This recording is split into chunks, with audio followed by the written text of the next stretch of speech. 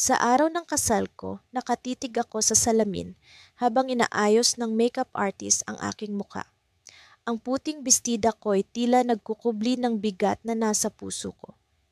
Ang mga bulaklak na hawak ko, rosas, maputi, perpekto, ay parang simbolo ng purong pagmamahal, ngunit hindi ko maitatanggi ang katotohanan. Walang pagmamahal sa puso ko para sa lalaking naghihintay sa altar. Si Daniel ang pangalan ng lalaking iyon. Mabait siya, matalino, at walang masisisi sa kanya bilang isang tao. Siya ang tipo ng lalaking pinapangarap ng maraming babae. May magandang trabaho, maayos na pamilya, at higit sa lahat, mahal na mahal ako. Pero sa likod ng lahat ng iyon, alam kong hindi siya ang pinipintig ng puso ko. Ang kasal naming ito ay bunga ng obligasyon, hindi ng pagmamahal.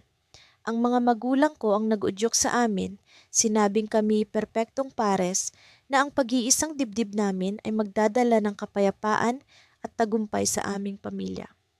Kaya kahit hindi ko gusto, kahit ang puso ko'y sumisigaw ng pagtutol, pumayag ako. Hindi dahil mahina ako, kundi dahil natatakot akong mabigo sila, ang mga magulang kong nagbigay ng lahat para sa akin. Nakakahiya mang aminin, pero takot akong labanan ang kanilang kagustuhan. Kaya heto ako ngayon, nakasuot ng bestidang pangkasal, mukhang masaya sa paningin ng iba, pero sa kaloob-looban ko'y parang pinapatay ang bawat bahagi ng pagkatao ko. Habang naglalakad ako papunta sa altar, naririnig ko ang mga bulong ng mga bisita. Ang ganda niya, bagay na bagay sila, swerte ni Daniel. Pero sa bawat hakbang, nararamdaman ko ang bigat ng bawat salita nila. Parang tumitimbang ang bawat papuri, bawat sulyap.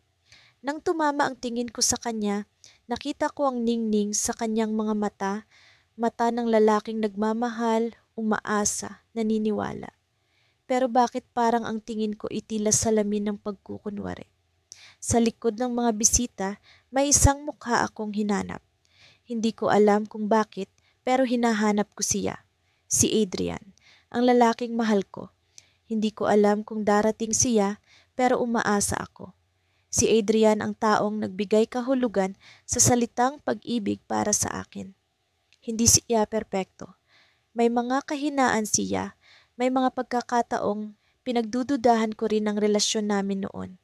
Pero sa bawat sandali, alam kong siya ang aking tahanan. Siya ang nagpapatahimik sa magulong mundo ko. Noong magdesisyon ang mga magulang ko na ipakilala ako kay Daniel, si Adrian ang una kong naiisip. Mahal mo ba siya? Tanong ni Adrian sa akin noong sinabi kong hindi ko siya maaaring piliin. Hindi, sagot ko. Pero kailangan ko siyang pakasalan. Wala siyang sinabi noon. Tahimik lang siyang nakatitig sa akin. Ang sakit ay naramdaman ko sa kanyang mga mata.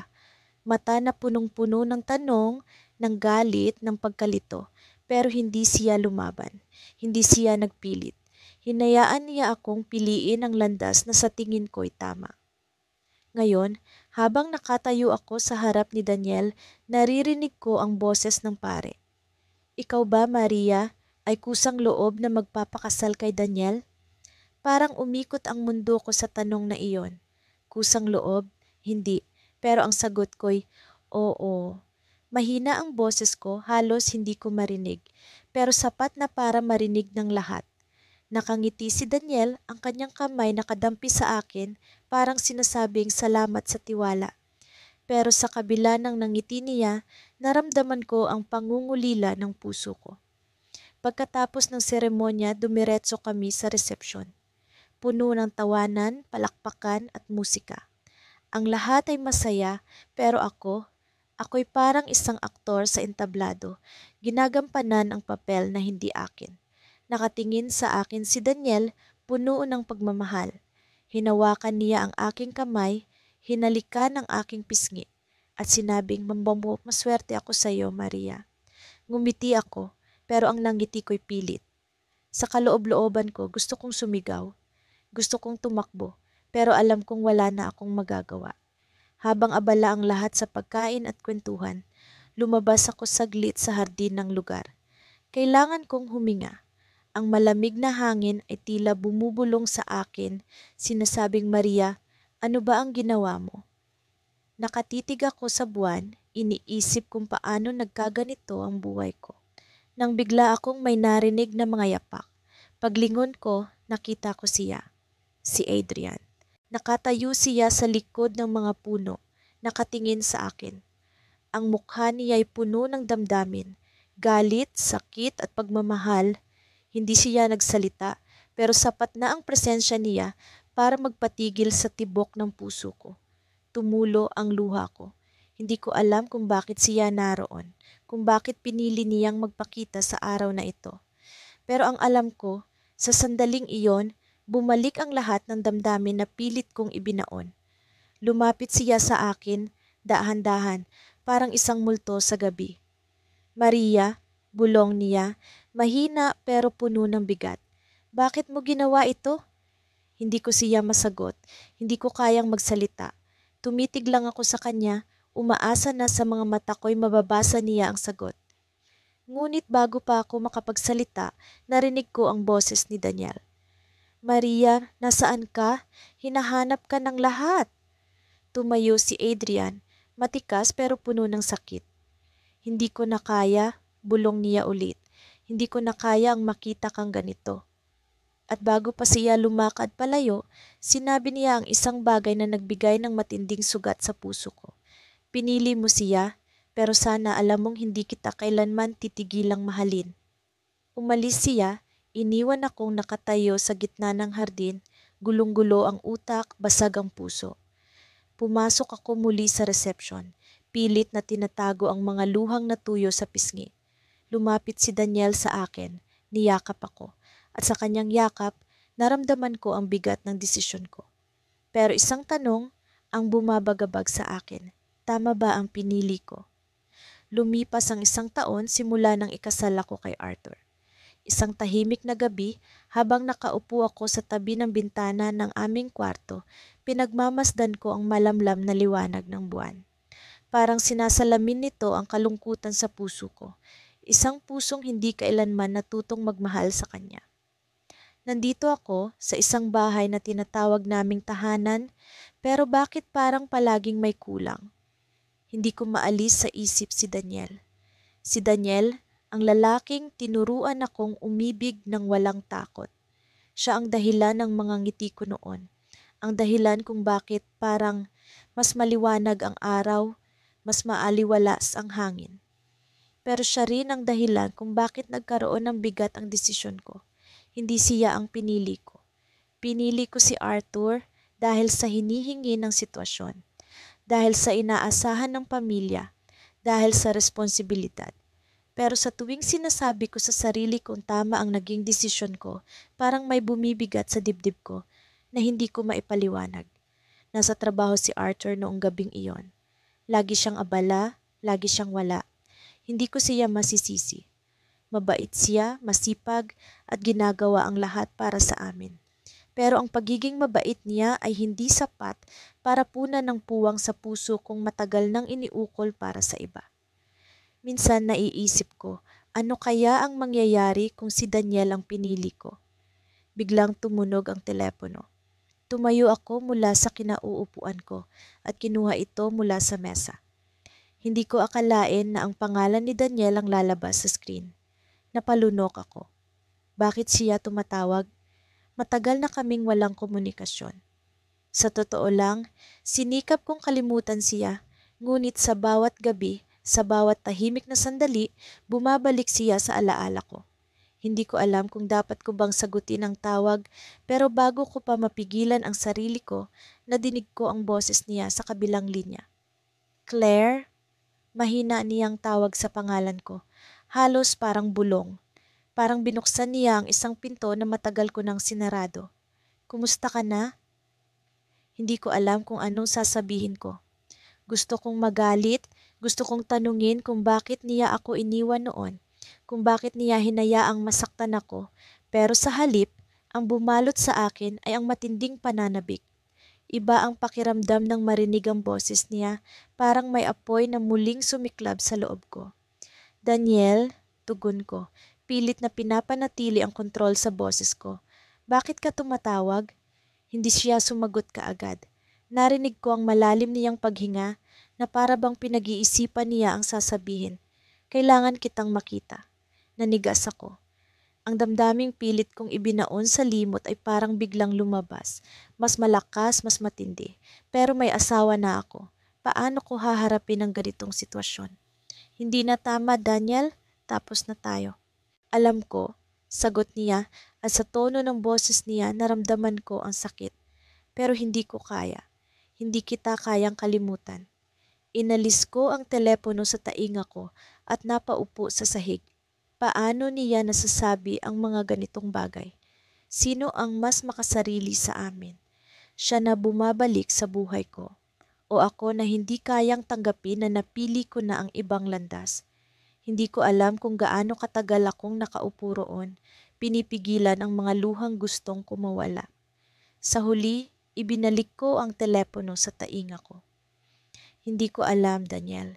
Hindi ko alam kung ano ang gagawin ko. Bigyan mo lang ako ng pagkakataon, sabi niya, at sa boses niya naramdaman ko ang pagmamakaawa. Kahit saglit lang, mag-usap tayo, pakiusap. Hindi ko alam kung ano ang pumasok sa isip ko, pero pumayag ako. Hindi ko alam kung dahil ba sa kahinaan ko o dahil sa pag-asa kong makita kung may sagot sa tanong na matagal nang gumugulo sa akin. Nagkasundo kaming magkita sa isang lugar na malayo sa mata ng iba, isang maliit na kafe na paborito namin noon. Kinabukasan, habang papunta ako roon, ramdam ko ang bilis ng tibok ng puso ko. Sa bawat hakbang ko, parang palapit ako sa isang bagay na maaring magbago ng lahat. Nang makarating ako sa kafe, nakita ko siya, nakaupo sa isang sulok, palipat-lipat ang tingin sa relo at sa pinto. Nang magtama ang mga mata namin, tumayo siya. Parang hindi makapaniwala na dumating talaga ako. Claire, mahina niyang sabi habang lumalapit siya sa akin. Hindi ako gumalaw. Hindi ko alam kung ano ang dapat kong maramdaman. Nang tumigil siya sa harap ko, hindi ko mapigilan ang sarili kong mapansin ang kanyang mga mata, ang mga matang hindi nagbago, ang mga matang palaging may sinasabi kahit hindi siya magsalita. Bakit, Daniel? Tanong ko, pilit na pinapakalma ang boses ko. Bakit mo ako tinawagan? Bago siya makasagot, naramdaman ko ang pamilyar na boses sa likuran ko. Claire? Napalingon ako. Si Arthur, nakatingin sa amin, halatang naguguluhan. Ang damdamin ko'y parang bulalakaw na bumagsak sa lupa. Paanong nalaman niya? Paanong nandito siya? Tumayo si Daniel, diretso ang tingin kay Arthur. Hindi ko alam kung anong mangyayari. Ang dalawa sa pinakamahalagang lalaki sa buhay ko, magkasama sa iisang lugar, sa sitwasyong hindi ko kailanman inasahan. Sa sandaling iyon, alam kong hindi ko na maitatago ang totoo. Sa bawat araw na lumilipas, tila lalo akong nalulunod sa bigat ng mga desisyon kong ginawa. Ang buhay ko ngayon ay parang isang pelikula. Isa nga lang trahedya na ako mismo ang bida. Ang asawa kong si Leo ay mabait, mapagkalinga at handang gawin ang lahat para sa aming pamilya. Pero kahit anong pilit kong kumbinsihin ang sarili ko na sapat na iyon, may espasyo sa puso ko na hindi niya kailanman mapupunan. Noong isang gabi, habang naghuhugas ako ng pinggan, dahan-dahang pumasok si Leo sa kusina. Niyakap niya ako mula sa likod, ang init ng kanyang mga bisig ay parang isang kumot sa malamig na gabi. Mahal, napapagod ka na yata, ako na ang magtutuloy niyan, alok niya. Napilitan akong ngumiti.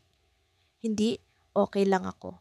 Konti na lang naman, sagot ko habang pilit itinatago ang lungkot sa likod ng aking mga salita. Hindi ko kayang tanggihan ang kabutihan niya, pero hindi ko rin kayang magpanggap na ang yakap niya ang hinahanap ng puso ko. Pagkatapos ng hapunan, nagkusa siyang maghugas ng pinggan, habang ako naman ay dumiretso sa sala.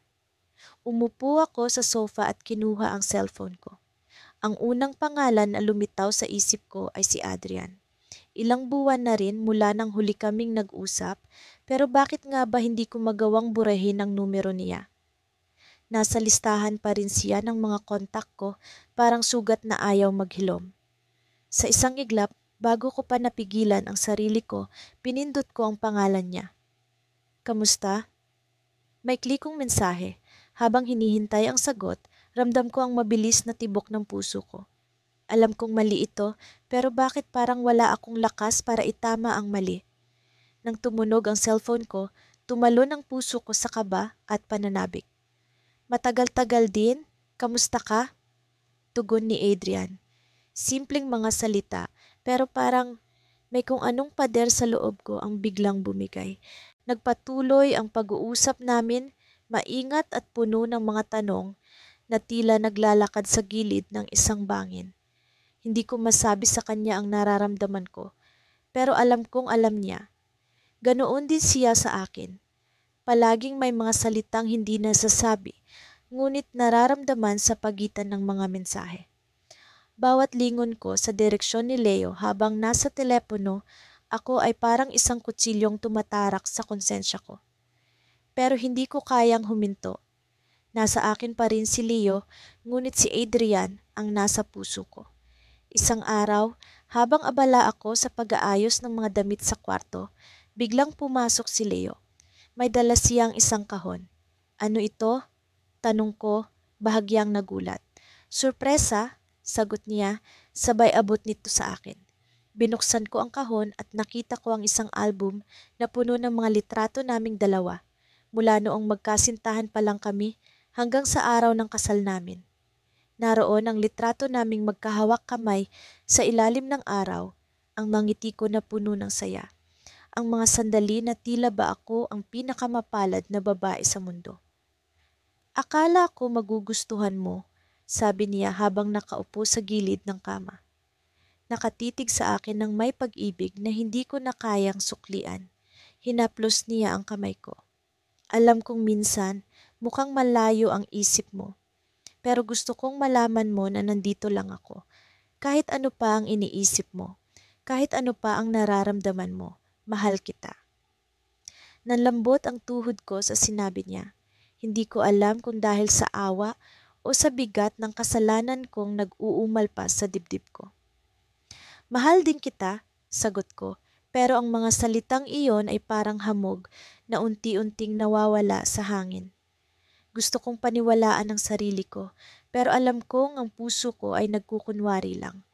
Kinagabihan, habang natutulog si Leo sa tabi ko, hindi ko maiwasang mag-isip. Ano nga bang ginagawa ko?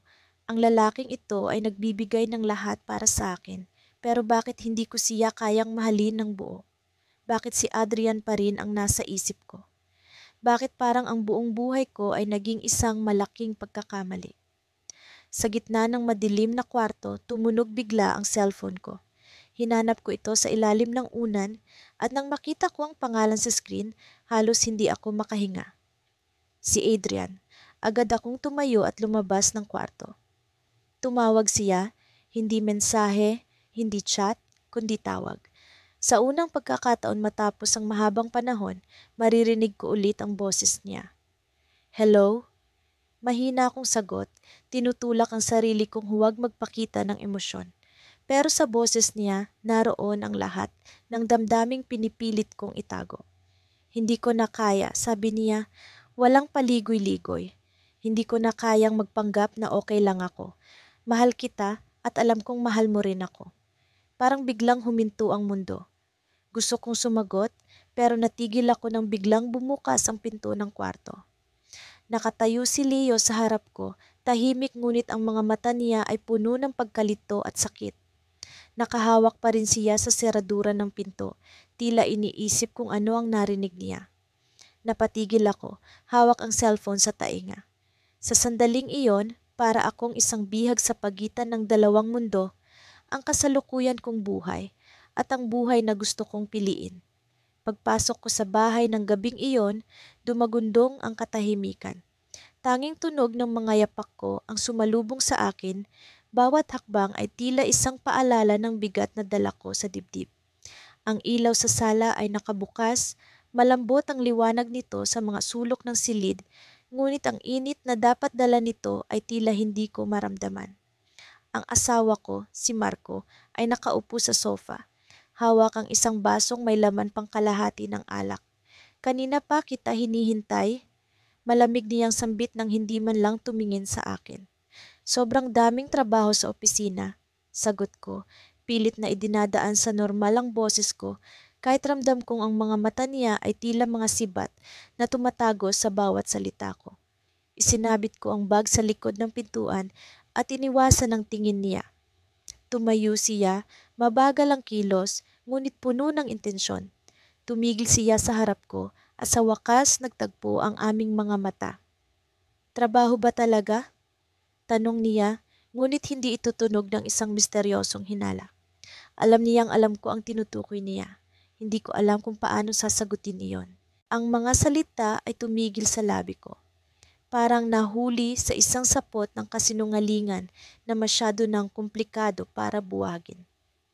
Nanghihina ang mga tuhod ko, ngunit pinilit kong lumaban. Sa tingin niya, umaasang ang katahimikan ko ay magpapatahimik din sa kanya. Alam kong hindi mo ako mahal, aniya, halos pabulong, ngunit ang bigat ng mga salitang iyon ay parang sigaw na bumasag sa kaluluwa ko. Pero may iba ba? Parang may umahon na init mula sa sikmura ko patungo sa ulo ko. Pinipigilan kong mapahinga ng malalim, ngunit ang kaba sa dibdib ko ay hindi mapigilan. Marco, ano ba ang iniisip mo? Tanong ko, pilit na umaaktong inosente. Ngunit alam kong hindi ako mahusay sa ganitong klase ng laro. Lumapit siya sa akin, halos magdikit ang mga mukha namin. Hindi mo ako kailangang linlangin. Alam kong hindi ako ang nasa isip mo tuwing kasama mo ako. Ang boses niya ay puno ng pait, ngunit ang mga mata niya ay nag-aapoy sa galit na pilit niyang sinisikil. Sino siya? Hindi ko alam kung saan siya humuhugot ng tapang. Hanggang sa isang imahe ang sumagi sa isip ko, si Adrian. Ang lalaking pilit kong kinalimutan, ngunit hindi kailanman nawala sa puso ko. Naramdaman kong bahagya akong nahimatay sa bigat ng sariling konsensya. Ngunit sa kabila ng lahat, alam kong hindi ko pwedeng aminin ang totoo. Hindi ko kayang sirain ang buhay na matagal ko nang tinanggap na akin kahit pa hindi ito ang buhay na nais ko. Wala akong ibang mahal, Marco, sagot ko. Ngunit kahit sa pandinig ko, ang mga salita ay tunog ng isang kasinungalingan. Pagod lang ako, huwag na nating gawing mas komplikado pa ang lahat. Tumingin siya sa akin, tila sinusuri ang bawat galaw ko, bawat salita. Para siyang isang hukom na naghahanap ng ebidensya. Ngunit sa huli, tumalikod siya at naglakad pabalik sa sofa. Umiiling-iling siya at doon ko napansin ang isang envelope na nakapatong sa mesa sa harap niya. Natatandaan mo ba ang sinabi mo sa akin bago tayo ikinasal? Tanong niya, hindi lumilingon. Nabibigyan mo ako ng pagkakataon na kaya mong matutunan akong mahalin.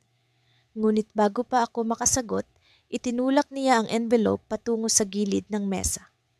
Bumukas ito ng bahagya at mula sa loob ay lumitaw ang isang pamilyar na larawan. Isang litrato ko at ni Adrian, kuha sa isang parke maraming taon na ang nakalipas. Ang mga ngiti namin sa litrato ay punong-puno ng pag-ibig at kasiyahan, ang uri ng ngiti na hindi ko na muling naibigay kay Marco. Halos mapatid ang hininga ko.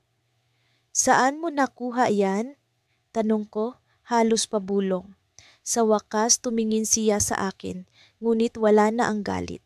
Napalitan ito ng isang malamlam na ekspresyon, parang isang tao na pagod ng umasa. Hindi mahalaga kung saan, ang mahalaga, alam ko na ang totoo. Nanatili akong nakatayo, hindi alam kung ano ang dapat kong gawin o sabihin. Alam kong tapos na ang laro, ang lahat ng itinago ko, ang lahat ng kasinungalingan. Unti-unti na itong nagkakalamat. Ngunit bago pa ako makapagsalita, tumayo si Marco at lumapit sa akin. Tinaas niya ang kamay niya at para sa isang saglit, inakala kong galit ang mag-uudyok sa kanya. Ngunit sa halip, marahang bumagsak ang kamay niya sa balikat ko. Hindi kita pipilitin, aniya, at sa unang pagkakataon, naramdaman ko ang isang damdaming hindi ko maipaliwanag. Awa, hindi para sa kanya, kundi para sa aming dalawa. Kung mas mahalaga siya sa'yo kaysa sa akin, sabihin mo. At sa sandaling iyon, hindi ko masagot ang tanong niya. Tila bumagal ang oras at ang tanging naririnig ko ay ang malakas na pintig ng puso ko. Ngunit ang hindi ko inaasahan ay ang susunod niyang ginawa. Humakbang siya papalayo sa akin, kinuha ang coat niya mula sa hanger at naglakad patungo sa pinto. Hahanapin ko ang sagot sa sarili ko, sabi niya. Bago siya lumabas, tumigil siya at bumaling sa akin. Ang mga mata niya ay puno ng sakit na hindi ko kayang pagmasdan ng matagal. Kung babalik ako, sana alam mo na rin ang sagot mo. At tuluyan siyang umalis, iniwan akong nakatayo sa gitna ng sala. Hawak-hawak pa rin ang litrato naming ni Adrian. Sa unang pagkakataon, naramdaman ko kung gaano kabigat ang mga tanikala ng mga desisyong pinili ko. Ngunit ang mas masakit, hindi ko alam kung alin sa kanila ang kaya kong pakawalan. Sumisilip ang liwanag ng buwan sa pagitan ng mga dahon ng punong nara sa likod ng aming bahay. Tahimik ang paligid, maliban sa tunog ng malamlam na hangin na dumadampi sa bintana. Nakaupo ako sa gilid ng kama, hawak ang isang lumang litrato. Sa likod nito may nakasulat na pangalan. Pangalan niya, si Miguel. Ang lalaking hinding-hindi ko nakalimutan. Ang lalaking hindi ko kailanman matutunan tumalikuran. Hindi mo pa ba papatayin ang ilaw? Tanong ni Samuel, ang aking asawa, mula sa kabilang bahagi ng kwarto. Ang boses niya ay pagod, parang isang taong matagal nang nasanay sa kawalan ng sagot mula sa akin. Napatingin ako sa kanya. Siya ang lalaking pinili ko, hindi dahil sa pagmamahal, kundi dahil sa obligasyon. Hindi ko alam kung nararamdaman niya iyon, pero walang araw na hindi ko iniisip kung paano ko siya niloko. Ang bawat ngiti ko, bawat yakap, bawat halik, lahat ng iyon ay may bahid ng kasinungalingan. Sandali lang, sagot ko. Itinago ko ang litrato sa ilalim ng unan, parang isang krimen na ayaw kong mahuli.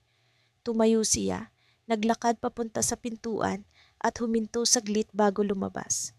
Tumingin siya sa akin, pero walang salita ang lumabas sa kanyang bibig. Sa mata niya tila may tanong, pero hindi niya itinuloy. Lumabas siya at iniwan akong mag-isa sa kwarto. Tumayo ako at lumapit sa bintana. Ang malamig na hangin ay parang yakap ni Miguel, maalalahanin, ngunit hindi ko maabot. Sa labas, tanaw ko ang liwanag ng poste, ang kalsadang tahimik, at ang parehong lugar kung saan kami unang nagkita. Parang kahapon lang, nakatayo siya doon, nakangiti, habang hawak ang isang piraso ng papel na may nakasulat na para sa'yo. Doon nagsimula ang lahat, ang kwento naming dalawa na hindi kailanman natapos. Ang problema, hindi siya ang pinili ko, hindi siya ang lalaking pinakasalan ko. Pinili ko si Samuel dahil siya ang gusto ng pamilya ko para sa akin. Mabait siya, may maayos na trabaho, at higit sa lahat, handang ibigay ang lahat para sa akin. Pero may isang bagay na hindi niya kayang ibigay. Ang pagmamahal na hinahanap ng puso ko. Ang pagmamahal na matagal nang nasa iba. Pagbalik ko sa kama, ramdam ko ang bigat ng litrato sa ilalim ng unan. Pumikit ako, pilit inaalis sa isip si Miguel at ang nakaraan naming dalawa. Pero paano mo papalitan ang isang bahagi ng pagkatao mo? Paano mo tatanggalin ang isang damdaming minahal mo ng buong buo? Kahit pa sabihin mong mali, kahit pa sabihin mong tapos na, hindi ko magawa. Kinabukasan habang nag-aalmusal kami ni Samuel, napansin kong tahimik siya. Hindi niya ako tinanong kung kumusta ang tulog ko, hindi niya ako nanginitian, at hindi niya binanggit ang plano niya para sa araw na iyon. Madalas, siya ang unang nagsisimula ng usapan, pero ngayon, parang may iniisip siya na hindi niya kayang sabihin. Okay ka lang ba? Tanong ko, pilit na iniiba ang tono ng boses ko para magmukhang interesado. Hindi siya agad sumagot. Tumitig siya sa tasa ng kape sa harapan niya bago tumingin sa akin. May kailangan akong itanong, sabi niya, mabagal ngunit matatag. Bigla akong kinabahan pero sinubukan kong hindi ipakita. May gusto ka bang sabihin sa akin? Tumigil ang mundo ko. Hindi ko alam kung paano sasagutin ang tanong niya. Ang dami kong gustong sabihin pero wala akong lakas ng loob na magsimula. Paano ko aaminin na minamahal ko ang ibang lalaki? Paano ko sasabihin na hindi siya ang laman ng puso ko? Paano ko papaliwanag na araw-araw nararamdaman kong isang kasalanan ang buhay naming dalawa? Anong ibig mong sabihin? Tanong ko, nagtatangka pa ring magpanggap na walang alam. Pero ramdam ko ang panginginig ng kamay ko sa ilalim ng mesa. Parang, may nararamdaman akong kakaiba sa iyo nitong mga nakaraang buwan. Sagot niya, hindi ko alam kung ano, pero parang may pader sa pagitan natin. Parang may kulang. Nagbukas siya ng sobre mula sa kanyang bulsa. Isang piraso ng papel ang inilabas niya at inilapag sa mesa. Hindi ko agad nakita kung ano iyon, pero nang tingnan ko, halos hindi ako makahinga. Litrato iyon, ang parehong litrato na itinago ko sa ilalim ng unan. Ang litrato namin ni Miguel. Hindi ko sinasadya, nahanap ko ito habang hinahanap ang wallet ko sa kwarto kagabi, sabi niya. Pero hindi niya ako tinatanong ng direkta. Sa halip, hinihintay niyang magsalita ako. Hindi ko alam kung paano ako lalaban. Ang litrato ay parang patunay ng lahat ng kasinungalingan ko. Sa loob ng isang segundo, lahat ng lihim ko, lahat ng itinatago kong damdamin, parang naiwang lantad sa harapan ko. Gusto kong magsabi ng totoo, gusto kong humingi ng tawad, pero natatakot ako sa magiging kahihinatnan. Kaya't nanatili akong tahimik, nanatili akong duwag. Mahal mo pa ba siya? Tanong niya. Direkta, walang pag-aalinlangan. Hindi ko alam kung paano sasagutin ang tanong na iyon. Pero bago pa ako makapagsalita, tumayo siya, iniwan ang litrato sa mesa, at lumabas ng bahay. Naiwan akong mag-isa, nakatingin sa litrato. Sa isang iglap, lahat ng itinago ko ay parang sumabog sa harapan ko. Pero ang mas masakit, hindi ko alam kung ano ang gagawin ko. Sa labas, narinig ko ang tunog ng pintuan ng kanyang kotse. Umalis siya at hindi ko alam kung babalik pa siya. Sa loob ng bahay, naririnig ko ang tunog ng orasan sa dingding. Ang bawat segundo ay parang suntok sa dibdib ko. Hindi ko alam kung paano aayusin ang lahat ng ito. Pero alam ko, sa puntong ito, wala nang ligtas na daan. Sa gabing iyon, ang katahimikan sa loob ng aming tahanan ay mistulang pugad ng mga lihim. Mga sikretong hindi kailanman binigkas, ngunit ramdam sa bawat sulok ng mga dingding. Nakaupo ako sa gilid ng kama, nakayuko habang si Daniel, ang aking asawa, ay nasa kabilang dulo, abala sa pag-aayos ng mga papel na tila walang kamalay-malay sa bagyong naglalaro sa aking isipan. Matagal ko nang nararamdaman ang bigat ng bawat araw na dumadaan, ang pakiramdam ng pagiging isang estranghero sa sarili kong buhay. Pinili ko si Daniel dahil iyon ang tama, iyon ang dapat, iyon ang hinihingi ng pagkakataon. Pero sa puso ko, sa kaloob-looban ko, alam kong may bahagi sa akin na hindi kailanman magiging kanya. Minsan, iniisip ko kung paano naging ganito ang lahat, kung paano ko hinayaang makulong ang sarili ko sa isang buhay na puno ng pag-aalinlangan. Si Daniel ay mabuting tao, maasikaso, maalaga, at walang ibang hinangad kundi ang kaligayahan ko. Pero bakit kahit anong gawin niya, hindi ko magawang maramdaman ang pagmamahal na nararapat para sa kanya? Bakit kahit anong pilit kong mangumiti, laging may kirot sa likod nito? Huminga ako ng malalim habang pinagmamasdan ang likod ni Daniel. Sa bawat galaw niya, ramdam ko ang bigat ng katotohanan. Hindi siya ang taong nasa isip ko. Hindi siya ang taong bumabagabag sa akin sa tuwing nag-iisa ako. Hindi siya ang taong bumubuhay sa mga alaala kung pilit kong nilulubog sa limot. Ang taong iyon, si Adrian, ay matagal nang nawala sa buhay ko. Ngunit sa kabila ng lahat, nanatili siya. Nasa bawat sulok ng isipan ko, nasa bawat pintig ng puso ko. Ang mga mata niyang tila laging nakatingin sa kaluluwa ko. Ang tawa niyang umaalingaw-ngaw sa alaala. Ang init ng mga yakap niya na hindi kailanman nalimutan ng katawan ko. Si Adrian ang lalaking mahal ko. Siya ang lalaking hindi ko pinili. Hindi ka ba matutulog? Tanong ni Daniel sabay lingon sa akin. Ang tinig niya ay puno ng lambing, ngunit sa pandinig ko, parang isang malayong huni lamang. Tumango ako, pilit nang ngumingiti, ngunit sa loob-loob ko, mas lalong bumibigat ang pakiramdam. Paano ko sasabihin sa kanya ang katotohanan? Paano ko aaminin na kahit anong gawin niya, hindi ko magawang buo ang pagmamahal ko sa kanya? May iniisip ka ba? Tanong niyang muli. At sa pagkakataong ito, lumapit siya sa akin.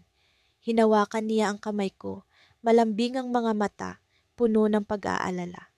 Gusto kong sabihin sa kanya ang lahat, ang tungkol kay Adrian, ang tungkol sa totoong nararamdaman ko. Pero paano? Paano ko sisirain ang mundo niyang itinayo para sa akin? Pagod lang ako, sagot ko, sabay bitaw sa kamay niya.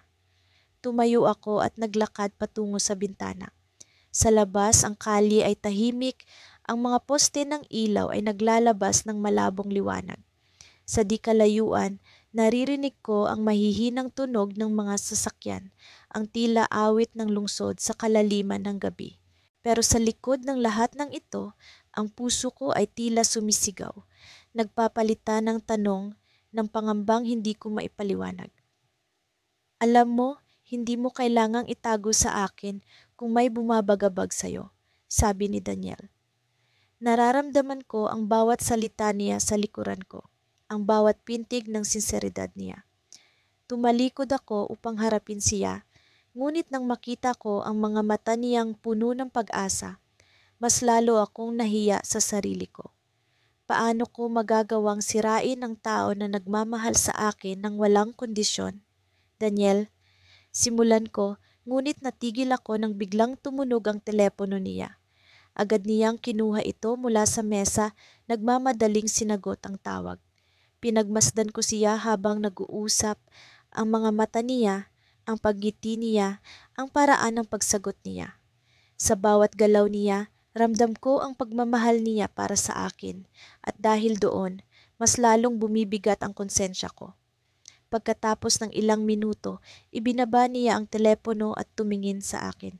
Pasensya na, sabi niya sabay ng ngiti. Trabaho. Tumango ako pero hindi ko magawang ngumiti pabalik. Sa halip, lumapit ako sa kanya, hinawakan ang kamay niya. At sa unang pagkakataon, naramdaman ko ang init ng simpleng hawak na iyon. Sa kabila ng lahat ng sakit, sa kabila ng lahat ng pag-aalinlangan, may bahagi sa akin na gustong mahalin siya. Pero sapat ba iyon? Hindi ko alam kung bakit. Pero sa gabing iyon, nagdesisyon akong huwag nang magsalita. Hahayaan ko na lamang na magpatuloy ang buhay naming dalawa. Kahit pa alam kong may bahagi sa akin na hindi kailanman magiging buo. Pero bago ko pa man tuluyang matanggap ang desisyong iyon, biglang tumunog ang telepono ko. 1, 2, 3 beses. Kinuha ko ang telepono at sa sandaling makita ko ang pangalan na nasa screen, nanigas ang buong katawan ko. Si Adrian. Pagkaraang maipasa ang mga huling dokumento para sa aming bahay, naisip kong sandali na maaaring ito na ang simula ng isang mas mabuting buhay kasama si Edgar, ang lalaking pinili ko. Siya ang naging katuwang ko sa pagpaplano, sa mga gastusin, sa mga pangarap na hindi ko lubos na akin. Ngunit sa likod ng bawat ngiti ko sa harap niya, may bahagi ng puso kong nananatiling nakakulong sa isang pangalang hindi ko dapat banggitin. Si Leo. Hindi ko na siya nakita mula noong araw na pinili kong magpakasal kay Edgar. Ang desisyon ko'y hindi lamang para sa sarili, kundi para sa pamilya. Si Edgar ang lalaking tiningnan ng mga magulang ko bilang tamang tao para sa akin. Matatag, maaasahan, at handang ibigay ang lahat ng kailangan ko. Sa bawat haplos ni Edgar, Sa bawat yakap niya, sinubukan kong kumbinsihin ang sarili ko na tama ang ginawa ko. Ngunit hindi ko maitatanggi ang bigat na pumipigil sa akin tuwing magkasama kami. Sa kabila ng malamlam naming relasyon, naging mabuting asawa si Edgar. Hindi siya kailanman nagtaka kung bakit minsan ay tila malayo ang tingin ko o kung bakit may mga gabing tahimik akong umiiyak nang hindi niya alam.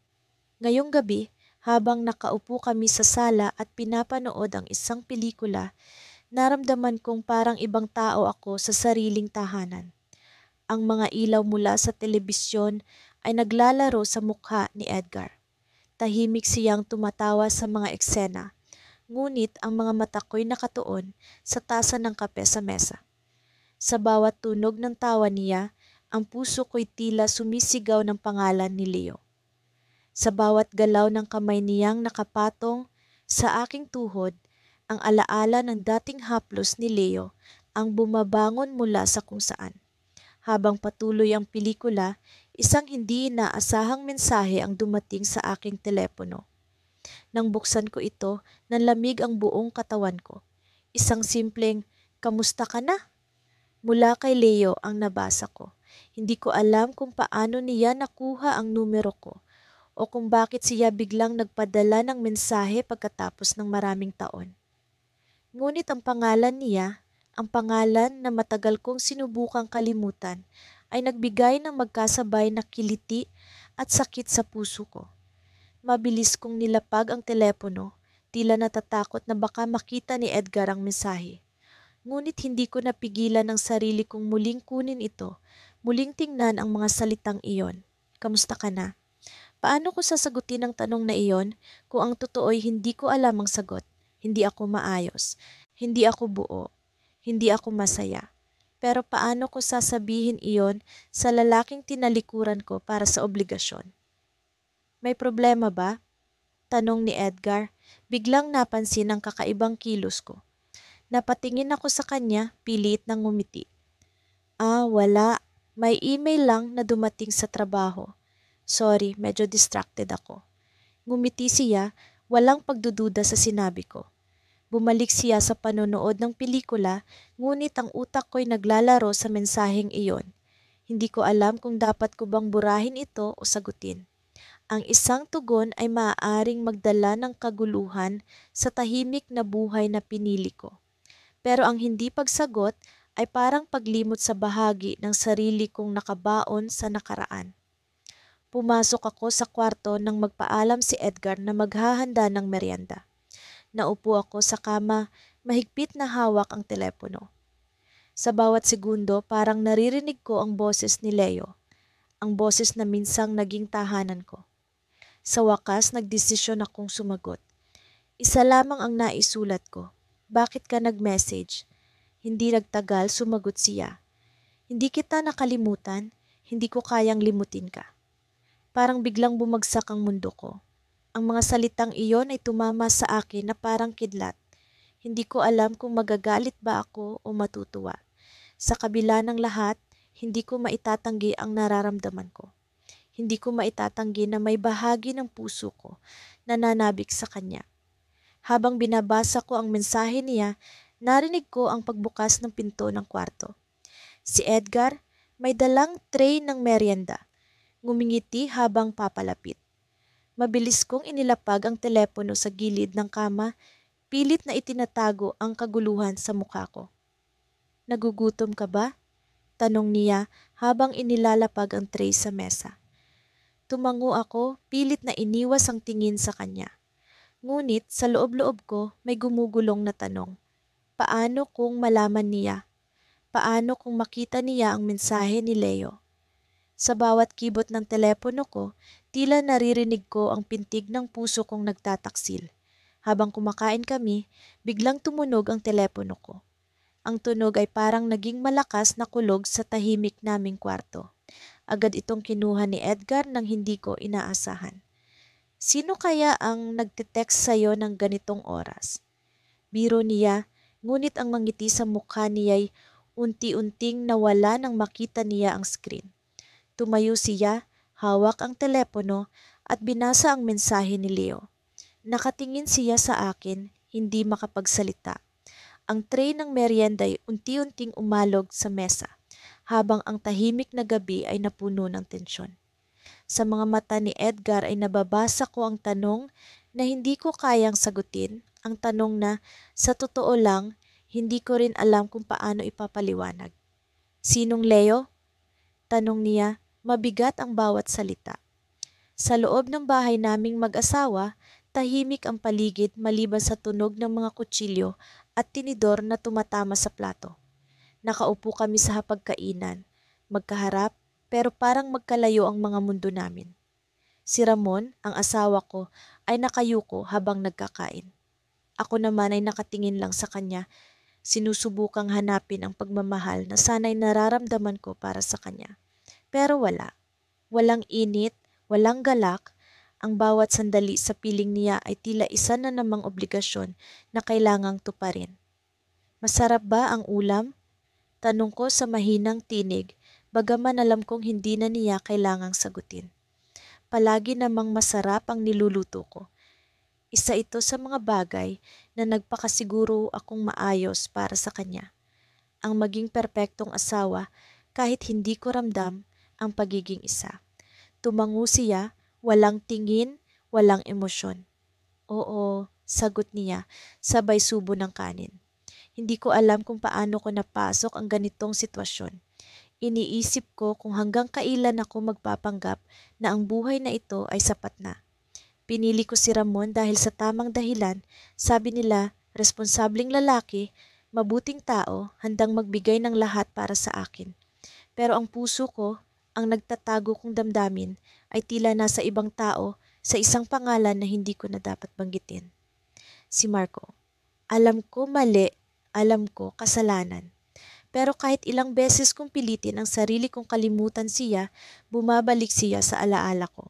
Ang mga halakhak namin noong magkasama pa kami, ang mga panahong hindi ko kailangang magpanggap dahil alam kong mahal niya ako sa paraang hindi ko kailanman naramdaman kay Ramon. Ang mga nangiti ni Marco, ang tingin niya na parang ako ang mundo niya, lahat iyon ay naglalaro sa isip ko sa tuwing tahimik ang gabi tulad nito. May problema ba? Tanong ni Ramon matapos niyang tapusin ang pagkain. Napansin kong matagal na pala akong nakatingin sa baso ng tubig sa harapan ko, tila nawawala sa realidad. Ha? Wala naman. Sagot ko agad. Sinubukan kong ngumiti kahit ang puso ko ay nagkakawatak-watak sa loob. Tumayo siya mula sa mesa, kinuha ang mga pinggan at naglakad papunta sa lababo. Tumikhim siya at nagsalita ng hindi tumitingin sa akin, parang malalim ang iniisip mo. Sa totoo lang, gusto kong sabihin sa kanya ang lahat. Gusto kong aminin na hindi ako masaya, na kahit gaano ko subukang mahalin siya, ang damdamin kong ito ay hindi para sa kanya. Pero paano? Paano mo sasabihin sa isang tao na hindi siya ang pinili ng puso mo? Paano mo sisirain ang buhay ng isang taong walang ginawa kundi mahalin ka? Habang naglilinis siya ng pinggan, napansin kong may isang bagay sa kanya na tila nagbago. Ang kilos niya, ang paraan ng pagsasalita niya, ang mga mata niyang tila may iniisip na malalim. Parang may nararamdaman siya, pero ayaw niyang sabihin. Gusto kong itanong, pero natatakot akong malaman ang sagot. Baka pareho lang kami ng iniisip, baka alam niya. Pagkatapos niyang magligpit, umupo siya sa sofa sa sala at binuksan ang telebisyon. Hindi siya nagtanong kung gusto kong sumama. Hindi niya ako tinawag. Kaya nanatili akong nakaupo sa hapagkainan, mag-isa, habang ang tunog ng balita sa TV ay umiikot sa bahay na tila napakalaki para sa aming dalawa. Tumayo ako upang kumuha ng tubig sa kusina. Habang dumadaan ako sa sala, hindi ko maiwasang mapansin ang isang bagay. Ang telepono niya nakapatong sa mesa na may isang bukas na mensahe. Hindi ko ugali ang mag-usisa, pero ang damdamin ko'y parang dinadala ako sa mesa. Hindi ko alam kung bakit, pero parang may iba. Parang hindi na siya ang Ramon na kilala ko. Dahan-dahan akong lumapit. Sinubukan kong hindi gumawa ng ingay. Nasa likod siya, nakatuon sa telebisyon. Nang makita ko ang mensahe, parang tumigil ang mundo ko. Namimiss kita, kailan tayo magkikita ulit? Ang pangalan sa itaas ng mensahe ay hindi pangalan ko. Hindi ko alam kung sino siya. Hindi ko alam kung bakit may ganitong mensahe sa telepono niya. Pero ang alam ko lang, sa isang iglap bumaliktad ang lahat ng iniisip ko. Paano? Paano nangyari ito? Hindi ba siya ang perpektong asawa? Hindi ba ako ang nagtatago ng lihim, ang nagkakasala sa damdamin? Paano naging si Ramon ng taong may ibang iniisip? Tahimik akong umupo sa sofa sa kabilang dulo, pilit pinipigilan ng paghinga ko na tila gusto nang bumilis. Hindi niya napansin ang kilos ko. Tahimik pa rin siya, nakatutok sa palabas na hindi ko alam kung naiintindihan niya. Ako naman, hindi ko napigilan ang mga tanong sa utak ko. Sino siya? Kailan pa ito nagsimula? At higit sa lahat, bakit? Pinili ko si Ramon dahil alam kong siya ang tamang tao. Pero ngayong alam kong hindi siya ganap na akin, masakit ang katotohanan. Pero sa likod ng sakit, may kakaibang pakiramdam na lumalabas. Isang kalayaan. Parang bigla akong nakahinga ng maluwag. Parang ngayon, hindi na ako ang nag-iisang nagtatago. Sa gitna ng katahimikan, tumingin siya sa akin. May problema ba talaga?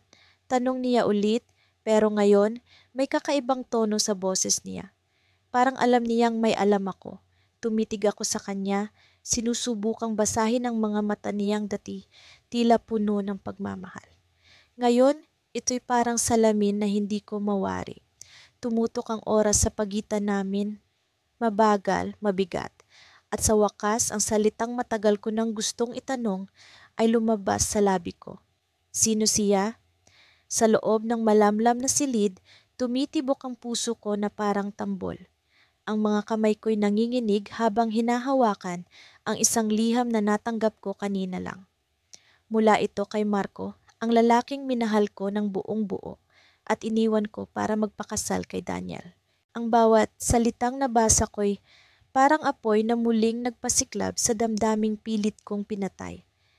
Hindi kita makalimutan, wika niya sa liham. Lahat ng gabi, lahat ng umaga, ikaw ang nasa isip ko. Kahit ilang taon na ang lumipas, ikaw pa rin ang hinahanap ng puso ko. Bakit ngayon? Bakit kailangang lumitaw siya ulit sa buhay ko sa panahong pilit kong iniaayos ang pagiging asawa ni Daniel? Tumulo ang mga luha ko nang hindi ko namamalayan. Hindi ko alam kung dahil sa saya na naramdaman kong hindi ako nag-iisa sa sakit na ito o dahil sa panibagong bigat na idinagdag niya sa puso kong pagod na. Narinig ko ang boses ni Daniel mula sa sala. Mahal, handa na ang hapunan. Ang bawat salita niya ay puno ng kabaitan, ng pag-aalaga. Mga katangiang hindi ko kailanman minahal sa kanya. Pero araw-araw ay pinili kong tanggapin. Pinunasan ko ang aking mga luha, nag-ayos ng sarili at tinago ang liham sa ilalim ng drawer. Dapat kong itago ito, gaya ng pagtatago ko sa damdamin ko para kay Marco. Pagbaba ko sa kusina, nakita kong inayos na ni Daniel ang mesa. May sinigang na baboy, ang paborito ko, at may nakahandang mangkok ng kanin sa tabi. Ngumiti siya sa akin, isang nangiting parang kayang magpahilom ng sugat. Pero bakit hindi nito kayang punan ang kawalan sa puso ko? Salamat, sabi ko pilit na ngumiti. Umupo ako at nagsimulang kumain kahit halos hindi ko malasahan ang pagkain.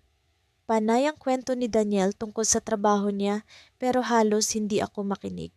Sa totoo lang, hindi ko alam kung paano ko nagagawang umupo rito at magpanggap na maayos ang lahat.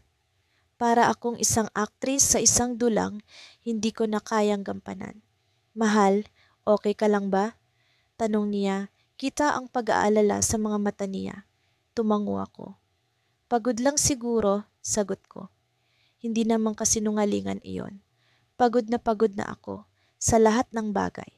Matapos ang hapunan, nagpaalam si Daniel na pupunta muna siya sa convenience store para bumili ng gatas. Paglabas niya sa pinto, agad akong tumakbo pabalik sa kwarto.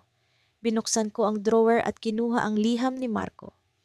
Binasa ko ulit at sa bawat salitang binibigkas ng isip ko, tila nararamdaman ko ang presensya niya. Ang init ng mga yakap niya noon, ang tamis ng mga halik niya at ang mga pangakong binitiwan naming dalawa. Kung handa kang iwan ang lahat, nandito lang ako. Iyon ang huling linya sa liham. Naramdaman kong bumilis ang tibok ng puso ko. Gusto kong magalit, gusto kong sumigaw. Pero higit sa lahat, gusto kong yakapin siya. Gusto kong maramdaman ulit ang pagmamahal na hindi ko nararamdaman kay Daniel. Ngunit paano ko magagawa iyon? Pinili ko si Daniel. Pinili kong maging asawa niya. At kahit gaano kasakit, alam kong tama ang desisyon kong iyon noon. Si Marco ang mahal ko, pero si Daniel ang nararapat. Sa gitna ng pag-iisip ko, biglang nag-ring ang telepono ko. Napakunot ang noo ko nang makita kong hindi pamilyar ang numero. Sinagot ko ito nang may kaba sa dibdib. Hello? Tanong ko. Si Marco ito. Tumigil ang mundo ko sa sandaling iyon. Ang boses niya, kahit sa telepono, ay kayang muling buhayin ang damdaming pilit kong kinalimutan. Bakit ka tumawag? Tanong ko, nagpipigil ng luha.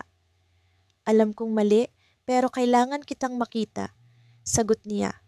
Ang tinig niya ay puno ng pakiusap, parang siya mismo'y nasasaktan sa bawat salitang binibitawan niya. Hindi maaari, sambit ko, pero kahit ako'y hindi kumbinsido sa sinabi ko. Alam kong hindi ka masaya, bulong niya. Nararamdaman ko. Marco, tapos na ang lahat, sagot ko, pero alam kong pareho kaming hindi naniniwala roon. Bago pa ako makapagsalita ulit, narinig kong bumukas ang pinto sa ibaba. Si Daniel. Agad kong binaba ang telepono at tinago ito sa ilalim ng unan ko. Umakyat si Daniel sa kwarto, may dala siyang supot ng gatas. Ngumiti siya sa akin. Naalala kong gusto mong magkape mamaya. Sabi mo, mas masarap kapag may gatas. Ngumiti ako, pero hindi ko na alam kung gaano katapat ang mangiting iyon. Lumapit siya sa akin at umupo sa gilid ng kama. Hinawakan niya ang kamay ko. Mahal, kung may problema ka, sabihin mo lang, ha? Tanong niya, puno ng sinseridad ang boses. Tumango ako pero hindi ako makatingin sa kanya. Sa loob-loob ko, gusto kong sabihin ng totoo. Gusto kong isigaw ang lahat ng nararamdaman ko. Pero hindi ko magawa. Nang gabing iyon, habang natutulog si Daniel sa tabi ko, ako naman ay tuluyang nagising sa katotohanan. Ang puso ko, kahit ilang ulit ko mang pilitin, ay nananatiling nasa iba. Ngunit handa ba akong baliin ang pangako ko sa taong naglaan ng lahat para sa akin? O pipiliin ko ang isang pagmamahal na alam kong hindi kailanman magiging simple? Isang tunog ang gumising sa akin mula sa malalim na pag-iisip. Ang telepono ko, may bagong mensahe mula kay Marco. Binuksan ko ito at binasa ang maikli ngunit napakabigat na mga salita. Alam kong hindi kita kayang pilitin, pero kung pipiliin mo ako, bukas ng 10:00 nasa parke ako. Hihintayin kita. Naramdaman kong bumaliktad ang sikmura ko. Bukas, 10:00 sa parke. Napatingin ako kay Daniel na mahimbing na natutulog sa tabi ko. Ang mukha niya ay payapa, parang walang kahit anong alalahanin sa mundo. Ako, sa kabila nito, ay punong-puno ng kaguluhan. Habang lumalalim ang gabi, naramdaman kong unti-unti akong kinakain ng tanong na hindi ko alam kung paano sasagutin. Sino ang dapat kong piliin?